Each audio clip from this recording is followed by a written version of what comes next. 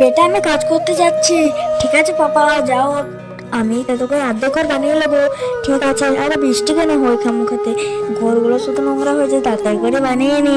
তারে আমার ছেলেটা মনে হয় মেনে গেছে, স্কুল মনে হয় চলে যাবে। যে আমি ঘরের ভিতরে যাই, আরে মা তো ঘরে চলে গেছে, ভালো করে একবার দেখে লিখে চলে গেছে। তাড়াতাড়ি করে বন্ধুর কাছে যাই, বন্ধু আমি চলে এসেছি, চলো খেলা করবো। আরে না বন্ধু, আমার বাড়িটা ভেঙে গেছে, আমাকে বানাতে হবে বৃষ্টির সময়। ঠিক আছে বন্ধু, আমিও তোমার সাহায্য করবো। ঠিক আছে বন্ধু, করো।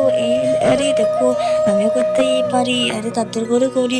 আরে এটা কি করছো বেটা? আর থামো থামো বেটা, তোমার মা তো দেখলে বকবে আমাদেরকে। তাদের করে হাতটা ধরে নাও, তুমি এ কাজ কেন করছো? আমার বিটি তো, তোমার মা দেখলে তো অনেক বকবে।